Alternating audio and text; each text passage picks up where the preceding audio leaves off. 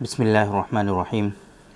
आजकल हमारे पास इतने सारे पेशेंट इनफर्टिलिटी के तशरीफ़ ला रहे हैं कि जिनको देख करके हमें भी बहुत हैरत हो रही है। हम भी इतना परेशान हैं इस चीज़ को लेकर के कि लोगों को इस तरह से परेशानियां क्यों हो रही हैं। हम उसको समझने की कोशिश कर रहे हैं कि आजकल लोगों के अंदर मेल इनफर्टिलिटी से रिलेटेड एक कंडीशन है जिसको हम लोग एज़ोस्पर्मिया के नाम से जानते हैं। आजकल इतने सारे पेशेंट इस मर्ज़ में मुब्तला हैं एज़ोस्पर्मिया में, और इसके बारे में लोग उल्टी सीधी चीज़ें समझते हैं। लोगों को इसके बारे में पता नहीं होता, उनको समझ में नहीं आता है कि एज़ोस्पर्मिया क्या है। कहीं से भी उनको ये पता चल जाता है कि हमें कहीं से कोई एक ऐसी मेडिसिन मिल जाएगी, हमें कोई ऐसे हकीम मिल जाएंगे जो कोई मेडिसिन हमें देंगे और हमारा एज़ोस्पर्मिया ठीक हो जाएगा। तो आप लोगों को हम क्लियरली बताना चाहते हैं कि ये इस तरह की डिज़ीज़ नहीं है। एज़ोस्पर्मिया को समझना बहुत इम्पॉर्टेंट होता है। हम डिस्कस करने की कोशिश करेंगे आज के इस वीडियो में कि एज़ोस्पर्मिया बेसिकली क्या होता है, कितने तरीक़ों से एज़ोस्पर्मिया होता है, क्या क्या टाइप्स होती हैं इसकी। एज़ोस्पर्मिया अगर आपको है तो आपको क्या करना चाहिए, कैसे डायग्नोसिस करनी चाहिए, कौन सा वाला एज़ोस्पर्मिया आपको है ये कैसे पता चलेगा। फिर अगर आपको डायग्नोसिस कंफर्म हो जाती है तो कैसे आप इसको ट्रीट कर सकते हैं, क्या इसके लिए लाइन ऑफ ट्रीटमेंट होता है। ये सारी चीज़ें आज के इस वीडियो में हम कवर करने की कोशिश करेंगे। मेरे बारे में तो आप जानते ही हैं, मैं हूं doctor Nizamuddin Qasmi, as a sexologist and infertility specialist. हम पिछले 11 सालों से वर्क कर रहे हैं। यह हमारा सेंटर सायरा हेल्थ केयर है, बाराबंकी उत्तर प्रदेश में सिचुएटेड है। हमारे यहाँ प्योर हर्बल मेडिसिन के थ्रू क्योरेबल ट्रीटमेंट देने की कोशिश की जाती है। अगर आपको इससे रिलेटेड कुछ इश्यूज़ हैं, आपको सेक्सुअल डिसऑर्डर्स हैं, आपको इनफर्टिलिटी है, आप हमारे centre Saira health care directly तशरीफ़ ला सकते हैं। Saira health care Barabanki bus stop और रेलवे स्टेशन से बिल्कुल वॉकिंग डिस्टेंस पर है। आराम से आप टहलते हुए हमारे यहाँ तशरीफ़ ला सकते हैं। अगर आप दूर हैं, किसी दूसरी कंट्री में हैं, नहीं आ सकते हैं, तो आपके लिए हमारी वेबसाइट है www.sairahealthcare.com। इस वेबसाइट पर विज़िट करके आप दुनिया के किसी भी कोने से अपना अपॉइंटमेंट शेड्यूल कर सकते हैं और आप डायरेक्टली हमसे कंसल्ट कर सकते हैं। एज़ोस्पर्मिया का मतलब होता है स्पर्म काउंट का ज़ीरो होना, स्पर्म काउंट का ना आना। जब भी आप सीमेन एनालिसिस करा रहे हैं, आपके जो सीमेन एनालिसिस में जो स्पर्म काउंट है वो ज़ीरो आ रहा है, इसी कंडीशन को हम लोग एज़ोस्पर्मिया के नाम से जानते हैं।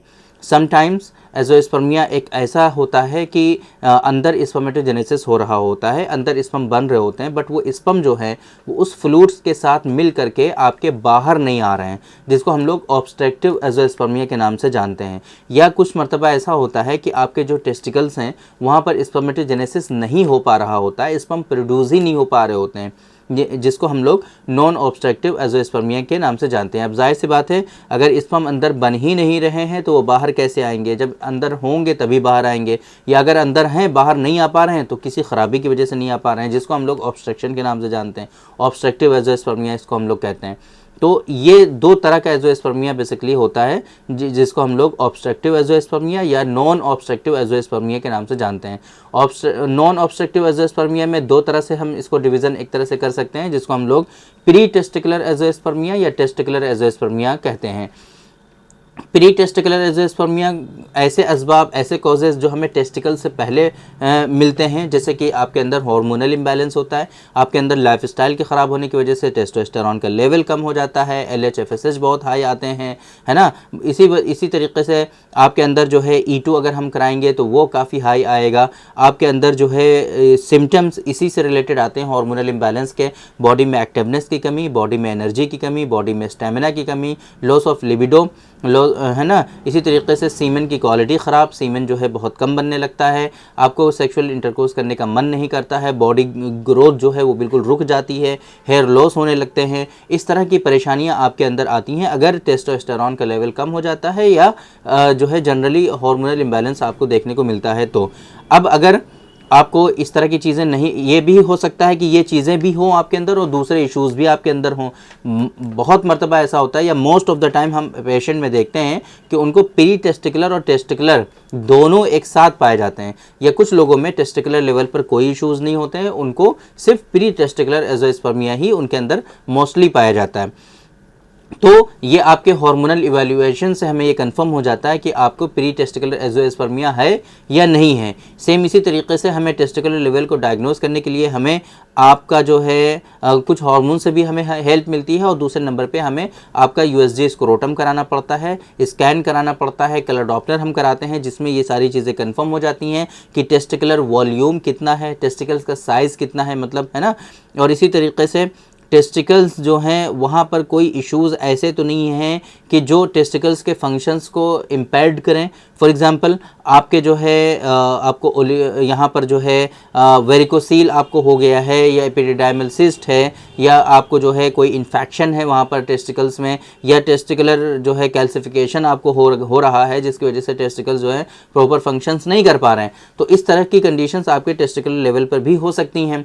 तो ये चीज़ें डायग्नोज करना, जब अगर ये दोनों चीज़ें भी कंफर्म हो जाती हैं तो वहाँ पर हम आमतौर पे अगर एज़ोस्पर्मिया कंटिन्यूसली चल रहा है उनका, तो फिर हमें अब एफएनएसी कराना पड़ता है, हमें अंदर की कंडीशन देखनी पड़ती है। बिकॉज ऐसी कंडीशन में हम ये कंफर्म नहीं कर पाते हैं बाहर से कि आपके अंदर स्पर्मेटोजेनेसिस हो रहा है या नहीं हो रहा है। अब स्पर्मेटोजेनेसिस के सेल्स जो हैं, स्पर्म के जो सेल्स हैं वो आपके कन्वर्ट हो रहे हैं कि नहीं, स्पर्मेटोगोनिया, स्पर्मेटोसाइट्स, स्पर्मेटेट्स है ना, फिर लास्ट में स्पर्मेटोजोआ, ये पूरी साइकिल का क्या है, क्या हाल है, क्या कंडीशन है, ये सारी चीज़ें हमें कंफर्म करनी पड़ती हैं एफएनएसी के थ्रू। अब अगर वहाँ पर हमें मैच्योर स्पर्म मिल जाता है तो बहुत अच्छी बात है, तो बहुत आसानी से इस कंडीशन को हम लोग क्योर कर सकते हैं। बस हमें सिर्फ ये देखना होता है कि कहीं पोस्ट टेस्टिकुलर एज़ोस्पर्मिया ना हो, आपके अंदर कहीं ऑब्स्ट्रक्शन ना हो। उसको एक मतलब ट्रस के थ्रू हमें कंफर्म करना पड़ता है, TRUS, ट्रांस रेक्टल अल्ट्रासोनोग्राफी इसको कहते हैं हम लोग।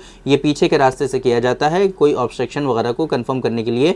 या सीमेन एनालिसिस में हमें फ्रुक्टोज ढूंढना होता है, या हम सीमेन का जो टेस्ट है वो फ्रुक्टोज क्वालिटेटिव टेस्ट हम करा लेते हैं, तो उससे कंफर्म हो जाता है कि आपके सीमेन में फ्रुक्टोज आ रहा है या नहीं आ रहा है, जिससे हमें ब्लॉकेज के बारे में आइडिया मिल जाता है। तो ये कुछ चीज़ें हैं कि जिसके थ्रू हम कंफर्म करते हैं कि एज़ोस्पर्मिया आपके अंदर कौन सा वाला है, एज़ोस्पर्मिया किस तरीके का है, एज़ोस्पर्मिया का टाइप क्या है, एज़ोस्पर्मिया का कोज क्या है। ये सारी चीज़ें इस तरीके से हम कंफर्म कर सकते हैं। अब ट्रीटमेंट जो है इन्हीं के ऊपर डिपेंड करता है। आपके अंदर अगर प्री टेस्टिकुलर एज़ोस्पर्मिया है, हार्मोनल इम्बैलेंस है, तो आपका लाइफस्टाइल का सही होना, हार्मोनल सपोर्ट देना, जो हार्मोन्स आपके बढ़े हुए आ रहे हैं वो क्यों बढ़े हुए आ रहे हैं, जो हार्मोन आपके डिक्रीज्ड हैं वो क्यों डिक्रीज्ड हैं, इन सारी चीज़ों पे गौर करना और उनको बैलेंस करने की कोशिश करना। फर्स्ट ऑफ ऑल ये एक पहला लाइन ऑफ ट्रीटमेंट होता है। इसके अलावा फिर दूसरे जो सिम्टम्स होते हैं उन सिम्टम्स में आपको रिलीफ पहुँचाना, ये दूसरी चीज़ होती है। इसके अलावा फिर टेस्टिकुलर लेवल पर अगर इशूज़ हैं, टेस्टिकुलर एट्रोफी है, बहुत सारे लोगों को ये डाउट रहता है कि टेस्टिकुलर एट्रोफी जो है, टेस्टिस का जो साइज़ है वो अगर छोटा हो गया है, श्रिंक हो गया है, तो क्या उसको हम पहले की तरह कर सकते हैं, उसको इंक्रीज़ कर सकते हैं या नहीं। यूनानी सिस्टम ऑफ मेडिसिन में फ्रीक्वेंटली हमारे यहाँ पेशेंट इस तरह के आते हैं जिनको टेस्टिकुलर एट्रोफी का मसला होता है, और अल्हम्दुलिल्लाह हमारे यहाँ टेस्टिकुलर एट्रोफी बहुत तेज़ी के साथ लोगों की क्योर होती है। साइज़ में काफ़ी तेज़ी के साथ हमें इजाफा देखने को मिलता है, और बहुत सारे लोगों में अल्हम्दुलिल्लाह टेस्टिकुलर एट्रोफी जो होती है वो बिल्कुल ख़त्म हो जाती है और टेस्टिस बिल्कुल नॉर्मल हो जाता है। ऑब्स्ट्रक्शन का मसला जहाँ तक है, वेरिकोसील का मसला जहाँ तक है, वेरिकोसील है ना, या एपिडिडाइमल सिस्ट है, सिस्ट तो बहुत तेज़ी के साथ अल्हम्दुलिल्लाह हमारे यहाँ क्योर होती है। वेरिकोसील भी क्योर हो जाता है हमारे यहाँ वेरिकोसील, बट ये है कि उसका रिकरेंस रेट काफ़ी हाई है, आप लोगों को पता है। तो वेरिकोसील दोबारा होने के चांसेस होते हैं लोगों में, तो उसके प्रिकॉशंस हम बताते हैं यहाँ से। जो लोग अच्छे से फॉलो करते हैं उनका वेरिकोसील फिर दोबारा नहीं होता है, जो लोग फॉलो नहीं करते हैं उनको दोबारा से भी हो सकता है ना। तो इस वजह से इन सारी चीज़ों का आपको ख्याल रखना है। ऑब्स्ट्रक्शन अगर है तो ऑब्स्ट्रक्शन में हमें चीज़ें देखनी होती हैं कि ऑब्स्ट्रक्शन किस वजह से है, किन कारणों से है, क्या किस चीज़ का ऑब्स्ट्रक्शन है, क्या हमें वो ऑब्स्ट्रक्शन मेडिसिन के थ्रू रिजॉल्व कर सकते हैं या नहीं कर सकते हैं। ये सारी चीज़ें हमें इन्वेस्टिगेशन से कंफर्म हो जाती हैं। तो आप एक मरतबा हमारे सेंटर पर इसके लिए तशरीफ़ लाइए, इंशाल्लाह हम प्रॉपर डायग्नोसिस करने के बाद एक नतीजे पर पहुँचेंगे कि क्या आपका ट्रीटमेंट मुमकिन है या नहीं मुमकिन है। तो उम्मीद करते हैं कि आज के इस वीडियो में जो इन्फॉर्मेशन हमने आप लोगों को डिलीवर करने की कोशिश की है वो आप लोगों को ज़रूर समझ में आई होगी, और आज के इस वीडियो से आप लोगों को ज़रूर फ़ायदा हुआ होगा। तो थैंक यू वेरी मच, बहुत बहुत शुक्रिया आपका। आज के इस वीडियो में इतना ही।